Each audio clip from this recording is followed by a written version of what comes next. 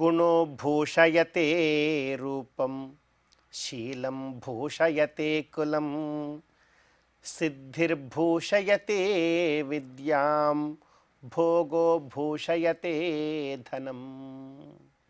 అత్యంత పవిత్రమైనటువంటి ఈ వైశాఖ మాసంలో శుభోదయ వేళలో దేవదేవుడైనటువంటి శ్రీమన్నారాయణుణ్ణి, కలియుగ ప్రత్యక్ష దైవమైనటువంటి శ్రీ వెంకటేశ్వర స్వామి వారిని పరిపరి విధాలుగా శరణాగతి చేస్తూ ఉత్తమమైన ఈ వైశాఖ మాస శుభోదయ సమయాన్ని మనం చరితార్థం చేసుకుంటూ ఉన్నాం.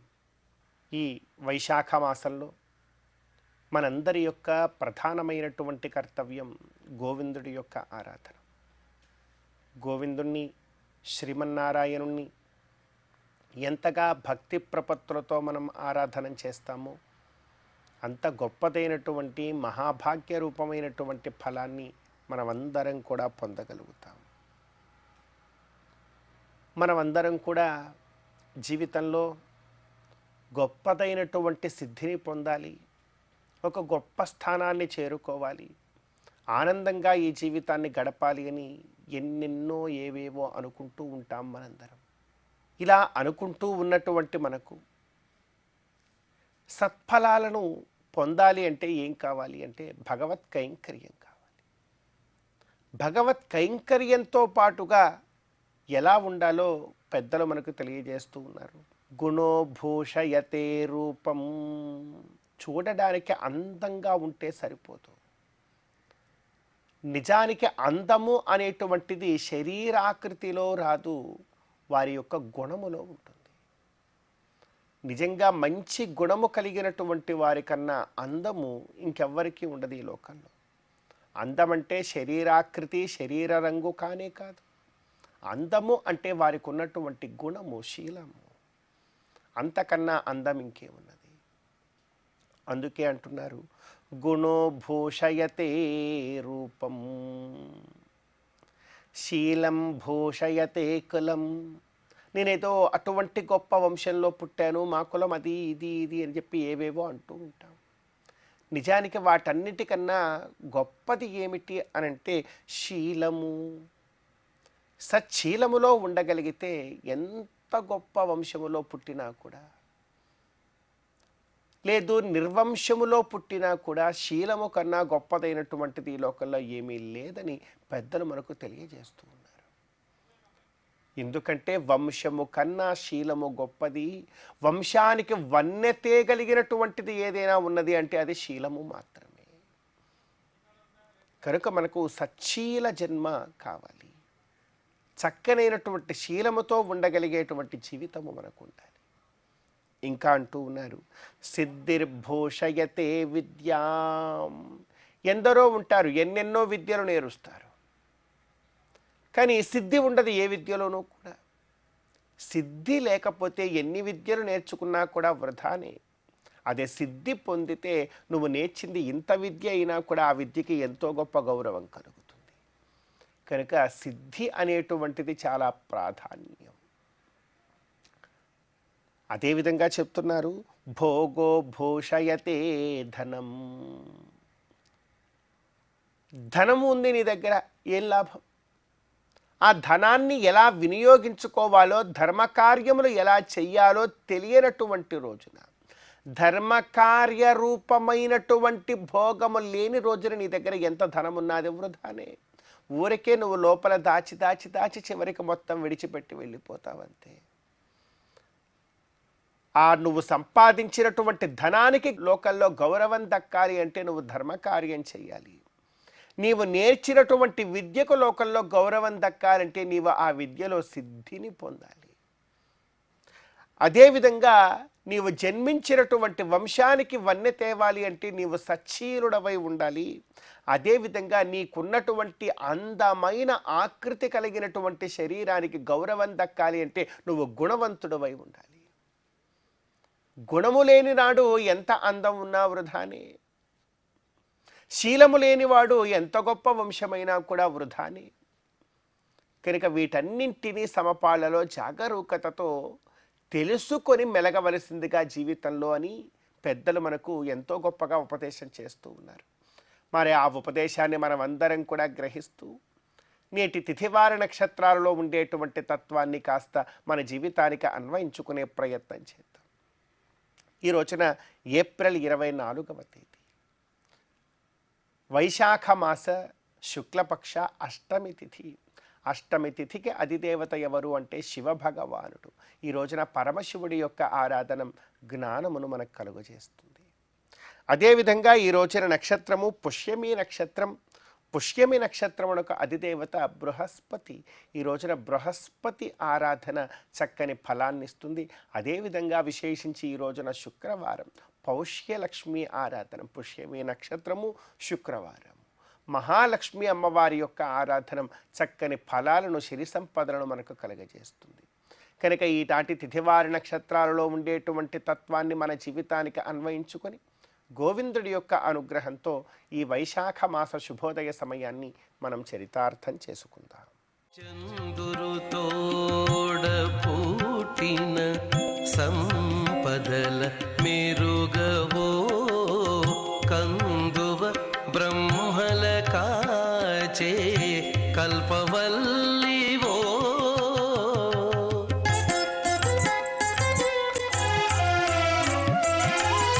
అందిన గోవిందునికి అండనే తోడు నీడై ఉందానవు మా ఇంటనే ఉండవమ్మా అమ్మా జయలక్ష్మి వరలక్ష్మి సంగ్రామ వీరలక్ష్మి ప్రియురాలవై హరికి బెరసితివమ్మా.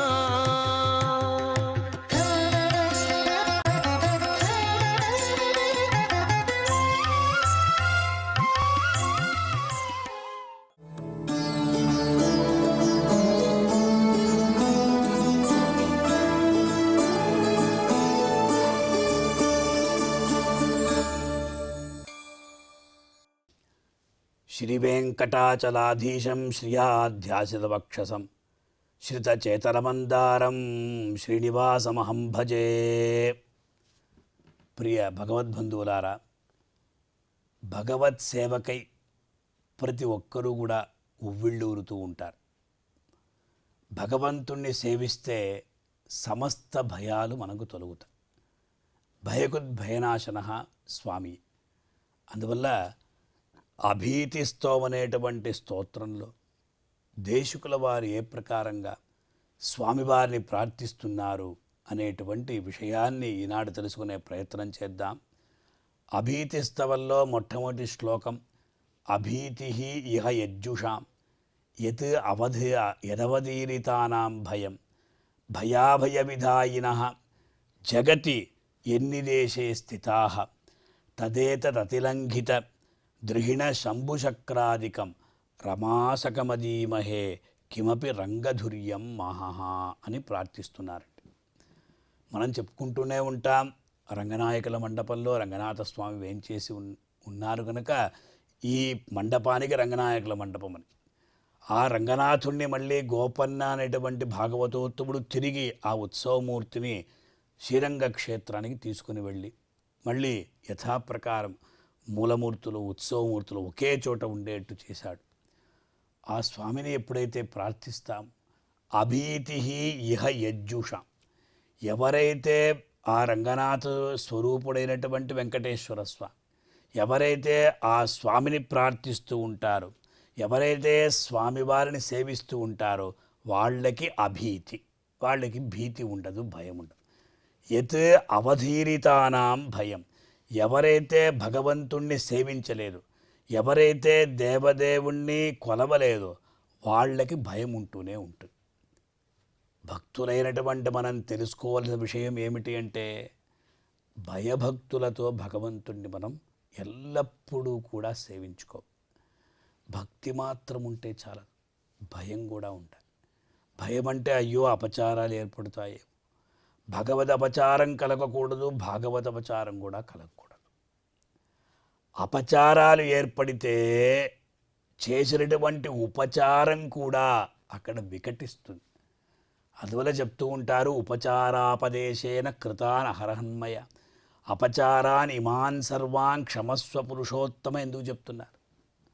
అయ్యో ఉపచారాన్ని సమర్పించే సందర్భంలో అపచారాలు ఏర్పడితే స్వామి రక్షించాలి, నీవే ఈ అపచారాలంతా కూడా పోగొట్టాలని ప్రార్థిస్తున్నారు కదండి. ఆ ప్రకారంగా అభీతి ఇహ యజ్జుషాం. యజ్జుషాం అంటే ఎవరైతే భగవంతుణ్ణి సేవిస్తూ ఉంటారో వాళ్ళకి అభీతి. ఎవరైతే భగవంతుణ్ణి సేవించరో, భగవద్ విషయంలో ఎవరికైతే మనస్సు లేదో వాళ్ళు భయపడుతూనే ఉంటారు. యత్ అవధీరితానాం భయమన్న. అది మాత్రం కాదు, భయాభయ విదాయిన. భయం అభయం, భయాన్ని అభయాన్ని విధించువాడు ఎవరయ్యా అంటే భగవంతుడు. మనం హాయిగా ఉంటూ ఉంటాం, హాయిగా ఉన్నటువంటి సందర్భంలో భగవంతుణ్ణి మనం తలచం, భగవంతుణ్ణి స్మరించం. ఇది మన యొక్క నైజం. ఆ సమయంలో భయాన్ని పుట్టిస్తాడు భగవంతుడు. పుట్టించి అందరూ కూడా అయ్యో స్వామి నన్ను కాపాడు స్వామి అని అందరూ కూడా పిలిచేట్టు చేసుకుంటాడు. ఇది భగవంతుడు చేసేటువంటి ఒక సత్కర్మ అని చెప్పుకోవచ్చు. అందువల్ల భయాభయ విదాయిన అన్నప్పుడు మనం చెప్పుకున్న రీతిగా భయనాశన, లోకంలో భయాన్ని అభయాన్ని కలిగించేటువంటి వాడు శ్రీమన్నారాయణ. తిరుమలకు మనం ఎక్కుతూ ఉంటాం, ఎక్కే సందర్భంలో ఎన్నో ఆటంకాలు వస్తూ ఉంటాయి. మనం అందరూ కూడా ఆ మోకాళ్ళ పర్వతం దగ్గర వచ్చినప్పుడు అందరికీ కూడా నొప్పి వేస్తుంది, మోకాళ్ళ నొప్పి. అయ్యో నేను ఎక్కగలనా లేదా, నా యొక్క యాత్ర పరిపూర్ణమవుతుందా లేదా, నా యాత్ర సఫలమవుతుందా లేదా, నేను ఆ స్వామివారిని సేవించుకోగలనా లేదా అని భయం వచ్చేస్తుంది అందరికీ. ఆ భయాన్ని పుట్టించేవాడు భగవంతుడు, తర్వాత ఆయనే తీసుకుని వెళ్తాడు. ఇదే వెంకటేశ్వర స్వామి వారి యొక్క లీల. ప్రతి ఒక్కరికి కూడా ఈరోజు దర్శనం అవుతుందా లేదా, గంటల తరబడి వేచి నిరీక్షించి తర్వాత స్వామి వాళ్ళని తీసుకొస్తారు. ఇదే శ్రీనివాసుని యొక్క లీల కనుక భయాభయ విదాయిన జగతి ఎన్ని దేశే స్థితా. ఆ స్వామివారి యొక్క ఆజ్ఞలో అందరూ కూడా అణిగి ఉంటారు. తదేతద్ అతిలంఘిత అని చెప్పినప్పుడు అటువంటి మహిమను కలిగిన వాడు, బ్రహ్మరుద్రేంద్రాదుల కన్నా కూడా అధికుడు, రమాసఖమదీమహే. రమాసఖ అని చెప్తున్నారు. రమ అంటే మహాలక్ష్మి. ఆ మహాలక్ష్మికి ఇతడు విశేషంగా, ఎందుకంటే మనకు వెంకటేశ్వర స్వామిని దర్శించుకునే సందర్భంలో ఇరువురు మహాలక్ష్ములు వక్షస్థలంలో వేయించేసి ఉంటారు. వారే మనకందరికీ కూడా విశేషమైనటువంటి భగవద్ అనుగ్రహం కలిగేట్టు చేసేవాళ్ళు. అది మనం తెలుసుకో. ఆ ఏడుకొండలవాడ వెంకటరమణ గోవింద గోవింద అని చెప్పుకుంటూ ఆ నామాలవాడ మనల్ని కాపాడుతాడు. కానీ ఆ నామాలవాని వక్షస్థలంలో అమ్మవార్లు ఇరువురు వేయించేసి ఉంటారు కనుక రమాసఖం అన్నారు. అంటే మహాలక్ష్మితో కూడి ఉండేవాడు. కిమపి రంగధుర్యం మహా అధీమహే. అద్భుతమైనటువంటి ఆ తేజస్సు, ఆ మన కంటికి సాక్షాత్కరించేవాడైనటువంటి ఆ రంగనాథుడైనటువంటి అద్వితీయమైన తేజస్సును నేను అనుసంధిస్తున్నాను అని దేశికుల వారు ఈ శ్లోకం ద్వారా భయాన్ని పోగొట్టేటువంటి స్వామిని, అభయాన్ని ప్రసాదించేటువంటి స్వామిని మనం ఎల్లప్పుడూ కూడా నమస్కరించాలి, ఎల్లప్పుడూ శరణాగతి చేయాలి అనేటువంటి ఒక అద్భుతమైన విషయాన్ని తెలియజేశారు. మనం ఈ శ్లోకం ద్వారా ఆ శ్రీరంగనాథుడే వెంకటేశ్వర స్వామిగా ఇక్కడ వేంచేసి ఉన్నాడు కనుక ఆ వెంకటేశ్వర స్వామి వారి ముందర నిలుచుకొని ఈ శ్లోక పుష్పాన్ని స్వామివారికి సమర్పించి ఆ దేవదేవుని యొక్క దివ్య అనుగ్రహాన్ని పొంది తరిద్దాం. ఓం నమో వెంకటేశాయ. 16 పన్నెలతో బంగారు పతిమా చెదరని వేదములా చెగురుబోడి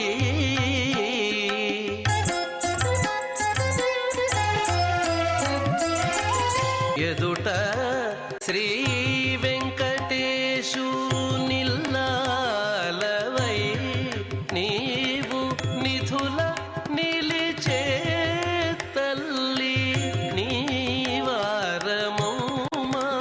అమ్మా జయలక్ష్మి వరలక్ష్మి సంగ్రామ వీరలక్ష్మి ప్రియురాలవై హరికి వెరసితివౌమా అమ్మా జయలక్ష్మి వరలక్ష్మి సంగ్రామ వీరలక్ష్మి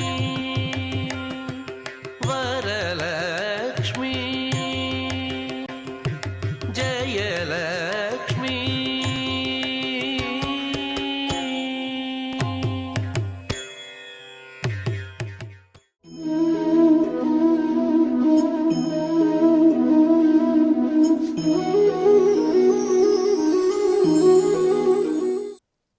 అఖిలాండకోటి బ్రహ్మాండ నాయకుడైనటువంటి పరమాత్మ శ్రీమన్నారాయణుడు దేవదేవుడు. ఆ దేవదేవుని దాస్యభక్తితో మెప్పించినటువంటి భగవాన్ హనుమంతుడు. శ్రీరామ హృదయానందం భక్తకల్పమహీరుహం అభయం వరదం దౌర్భ్యాం కలయే మారుతాత్మజం. శ్రీజానకీ శోకహర్త హరిమర్కటమర్కట లక్ష్మణ ప్రాణదాత చ పాయాన్మాం రామకింకర. ఆంజనేయం మహావీరం బ్రహ్మవిష్ణు శివాత్మకం తరుణార్కప్రభం శాంతం రామదూతం నమామ్యహం. శ్రీరామదూత హనుమంతుడు, శ్రీరాముని బంటు. దాస్య భావనతో పరమాత్మ నేను నీ దాసుడను, నీకు శరణాగతుడను, నీ పాదపద్మములను ఆశ్రయించిన వాణ్ణి, నీకు ఊడిగించేయడమే నా జన్మ యొక్క పరమార్థము, నా లక్ష్యము అని అంకితమైనటువంటి మహానుభావుడు హనుమంతుడు. రామ భవత్పదాబ్జ మకరంద మధూవ్రతమై ఎడందలో ప్రేమమునెల్ల తావక నిరీక్షకి అర్పణ చేసి నిన్నె నా స్వామిగా ఆత్మబంధువుగా ప్రాణముగా తలపోయు దివ్య దీక్షామహితంబు జీవనము సత్కృపచేయుము చాలు మత్ప్రభు అడిగాడు రాముడు. పంపా సరోవర తీరంలో రామలక్ష్మణుడు విహరిస్తూ ఉండగా సుగ్రీవుని యొక్క పంపున అక్కడికి వెళ్ళాడు హనుమంతుడు. ఒక భిక్షువులాగా వెళ్ళాడు ముందు, ఎందుకైనా మంచిదని. తర్వాత ఆ రూపం వదిలిపెట్టేశాడు ఆయన రాముడని తెలిసిన తర్వాత. ఆ రాముడేమో అనే సందేహంతోనే వెళ్ళాడు ఆయన. తన సందేహం నిజమైంది. రాముడు భక్తస్వరూపుడు కదా, అక్లిష్ట కర్మనుడు. అటువంటి రాముని దగ్గర ఇంకా దాపరికాలు ఎందుకు చెప్పేశాడు. నేను భవత్ పదాబ్జ మకరంద మధువ్రతమై నా జీవితాంతము నా యొక్క దైహికమైనటువంటి, నా యొక్క ఆంతరంగికమైనటువంటి, నా ఆత్మ సంబంధమైనటువంటి ఎన్ని చైతన్య శక్తులు నాకు నువ్వు ప్రసాదించి ఉన్నావో ఈ చైతన్య శక్తులన్నీ కూడా నీ సేవకే వినియోగించేట్టుగా నన్ను అనుగ్రహించు తండ్రి అని ప్రార్థించాడు. కాబట్టి దాస్యభక్తిలో హనుమంతుని మించినటువంటి వారు లేరు. శ్రీరామ హృదయానందం, రామచంద్రునికి ఎప్పుడూ హృదయానందం కలిగించేవాడు. భక్తకల్ప మహీరుహం, విశ్వరూపం చూపించినటువంటి భక్తుడు ఒకడే, హనుమంతుడు ఒక్కడే. భగవంతుని ఆశ్రయించి తాను కూడా భగవాన్ అనిపించుకున్నటువంటి వాడు. విరాణ్మూర్తిని చూపించగా అంటే ఆయనకు అన్ని శక్తులు పరమాత్మ సేవ చేత, ఆ దాస్య సేవ చేతనే వచ్చాయి. సీతమ్మ వారిని అడిగాడు, అమ్మా ఎందుకు తప్పిస్తున్నారు మీరు? హాయిగా నా భుజాలపై కూర్చోండి, మిమ్మల్ని తీసుకెళ్ళిపోతాను, నా వీపుపై కూర్చోండి, రాముని దగ్గర దింపుతాను మిమ్మల్ని అన్నాడు. అమ్మ ఒప్పుకోలేదు. శ్రీరాముడు రావాలి, ఈ రాక్షసుని చంపాలి, క్షాత్ర మర్యాదలతో నన్ను తీసుకొని పోవాలి అని చెప్పింది. హనుమంతుడు కొద్దిగా మనస్సులో అయ్యో అమ్మ నన్ను అనుమానిస్తూ ఉందే, నాకంత బలం ఉందో లేదో అనుకుంటుందేమో అంటే సీతమ్మ వారికి తెలిసొచ్చింది ఆయన బలం, అనుగ్రహించింది. వారు రామావతారంలో లక్ష్మీనారాయణుడు అవతరించి మానవోచితమైనటువంటి లీలలతో కష్టాలు పొందినట్టు జగన్నాటక సూత్రధారుడైనా కానీ వారు పరమాత్మ స్వరూపాలు కదా, వారికి తెలుసు. హనుమంతుని అనుగ్రహించి వరం ఇచ్చిన తల్లి, అయ్యా భవిష్యత్తులో నువ్వు మాకు వాహనం అవుతావని. అందుకే బ్రహ్మోత్సవాలలో హనుమద్వాహనం కూడా ఉంటుంది. గరుత్మంతుని వాహనమైన వెంటనే ఉంటుంది హనుమద్వాహనం కూడా. గరుత్మంతునితో సమానమైనటువంటి బల సంపత్తి కలిగిన వాడు, ఇంకా దాస్యభక్తిలో ఆయన కంటే మించినటువంటి వాడు కూడా చెప్పాలంటే. కాబట్టి శ్రీరామ భక్తకల్ప మహీరుహం, ఆశ్రయించిన వారికి ఆయన కూడా అన్ని వరాలు ఇవ్వగలడు. భగవంతుడు ఎన్ని వరాలు ఇవ్వగలడో అన్ని వరాలు ఆయన ఇవ్వగలడు. ఆయన కూడా భగవంతుడే. భక్తకల్పం అభయం వరదం దౌర్భ్యం కలయే మారుతాత్మజం. శ్రీ జానకి శోకహర్త, సీతామహాలక్ష్మి అమ్మవారు అశోకవనంలో ఉన్నా కానీ శోకమూర్తిగా ఉన్నారమ్మ. కానీ ఆ శోకాన్ని నశింపచేసిన వాడు హనుమంతుడు. లక్ష్మణ ప్రాణదాతాచ, లక్ష్మణస్వామికి కూడా సంజీవిని పర్వతం నుంచి ఔషధాలు తీసుకొచ్చి ఇచ్చి ఆయనకు అభ్యున్నతి కూడా కారణభూతుడైనటువంటి వాడు హనుమంతుడు. రామకింకరుడు అంటే హనుమంతుడే. జాంబవంతుడైనా సుగ్రీవుడైనా ఎవరైనా కానీ ఆ కైంకర్యంలో ఆయన తరువాత వాళ్లే తప్ప ఆయనే ముందుంటాడు ఎప్పుడు రామకైంకర్యంలో. అటువంటి దాస్యభక్తికి ఉదాహరణగా ఎప్పుడు మనం హనుమంతుణ్ణి స్వీకరిస్తాం. ఆంజనేయం మహావీరం, బ్రహ్మ విష్ణు శివాత్మకం, త్రిమూర్త్యాత్మకమైనటువంటి శక్తియుక్తులు చైతన్యాలు ఆయనలో ఉన్నాయి. రామదూతం, తరుణార్క ప్రభం, నిరంతరము సూర్యదేవుని కాంతితో ప్రకాశించేవాడు, సూర్య భగవాను దగ్గరనే చదువుకున్నటువంటి వాడు. అన్నమాచార్యుల వారు కూడా హనుమంతుని వర్ణిస్తూ, ఆ ప్రతాపాన్ని వర్ణిస్తూ ఎన్నో సంకీర్తనలు చెప్పారు. ఓ దశముఖహర, ఓ వెంకటపరి పదసరూరుహ పాలకుడా, ఈ దేహముతో ఇన్ని లోకములు నీ దేహమెక్క నిలిచితిగా. భగవంతునికి వాహనం కావడం అంటే సామాన్యమా? భగవంతుని విరాణ్మూర్తి సమస్త బ్రహ్మాండ భాండాలు తన కుక్షిలో ఇముడ్చుకున్నటువంటి ఆ పరమాత్మను తాను మోయడం అంటే అంత శక్తి ఆయన సంపాదించుకున్నాడు తన తపశ్శక్తి చేత, తన దాస్యభావన చేత. అటువంటి దాస్యభక్తికి ఉదాహరణప్రాయుడైనటువంటి హనుమంతుని యొక్క మహత్వాన్ని మనం అధ్యయనం చేయాలి.